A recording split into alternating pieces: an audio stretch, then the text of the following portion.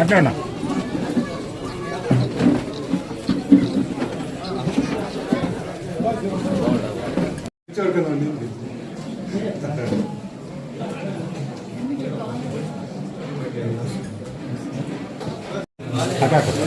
नहीं कर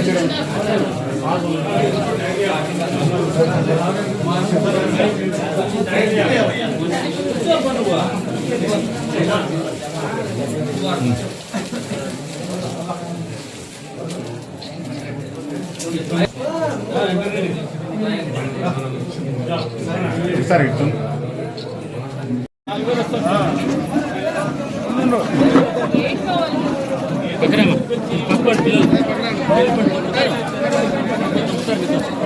ఇల్లు ఇస్తాము ఇల్లు ఇస్తుందిలే పెన్షన్ వస్తుంది ఇల్లు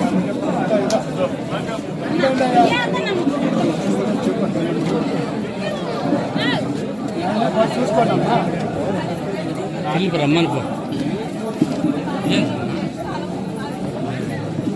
టైం అవుతుంది మనం ఇంకా ఇల్లు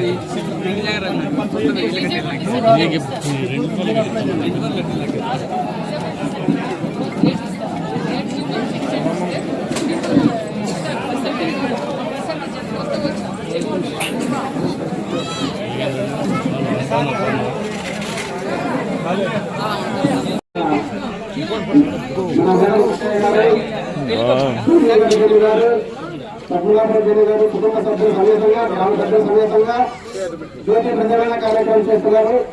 అందరికీ స్వాగతం సుస్వాగతం. లక్ష్మీ నరసింహస్వామి వారి పాదాల వందనాలకు శరణార్థులు.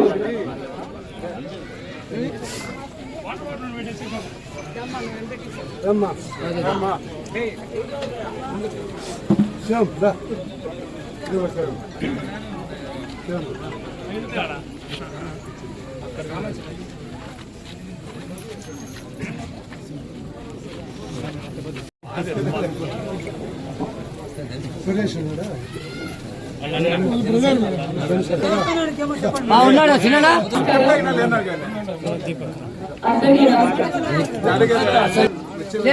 లేదు పాపం చేసుకోవచ్చు. మండల సీనియర్ పార్టీ తెలుగు కూటమి లీడర్లకు మరి నాసంపల్లి పంచాయతీ పెద్దలకు మరి ఎస్సీ కాలనీవాసులకు అందరికీ పేరు పేరు నమస్కారాలు. మరి లక్ష్మీ నరసింహస్వామి టెంపుల్ గురించి మీరు అడిగారు. ఖచ్చితంగా ఒక అభివృద్ధి కార్యక్రమాలు గుళ్ళు కూడా అభివృద్ధి చేయాలన్నది మన కూటమి ప్రభుత్వం అభిప్రాయం అనే విషయం కూడా తెలియజేస్తూ మరి ఇంతేకాకుండా ఇప్పుడు ఈ షాప్లో మెయిన్ రోడ్ కూడా స్టార్ట్లో పెట్టాం. మరి కొన్ని సీసీ రోడ్లు డ్రైనేజీలు కూడా పెట్టాం. ఖచ్చితంగా ఊరు మీతోనూ గ్రామ పెద్దలతోనూ అందరితోనూ కూర్చొని నరసింహస్వామి గుడి విషయం కూడా ఒక మంచి నిర్ణయం తీసుకుంటామన్న విషయాన్ని కూడా మీకు తెలియజేస్తున్నాం.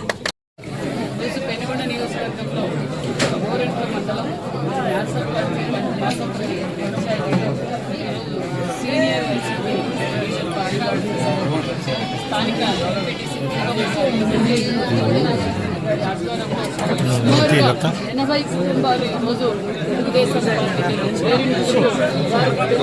పార్టీ తరఫున కూడా స్వాగతం. అంతేకాకుండా ఇప్పుడున్న గతంలో ఉన్న తెలుగుదేశం పార్టీని ఇంకా మరింత బలోపేతం చేయాలి. ఎందుకంటే మరి ఒక పక్క మనం అభివృద్ధి ధ్యేయంగా పనిచేస్తున్నాం.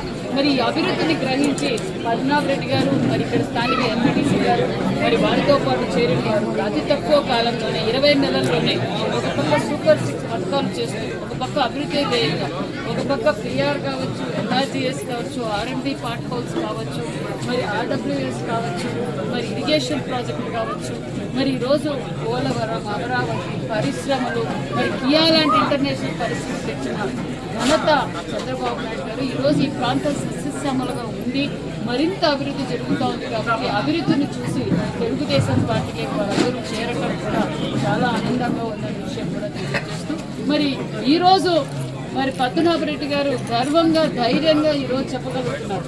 ఒక్క అవకాశం అని చెప్పి సరే జగన్మోహన్ రెడ్డి గారికి కూడా ముందు గతంలో కూడా తెలుగుదేశం పార్టీలో ఉన్నవారే పడుతున్నారు గతంలో.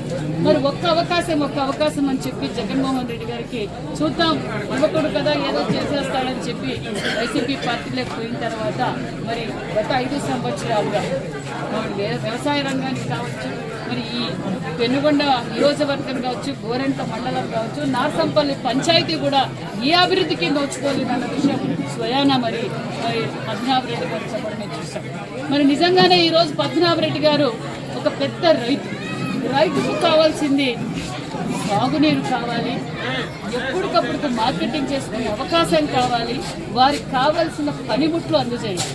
ఈరోజు పద్మనాభరెడ్డి గారు ఈ రాయలసీమ అంటేనే ఒకప్పుడు కరువుకు నిలయమై ఉండేది.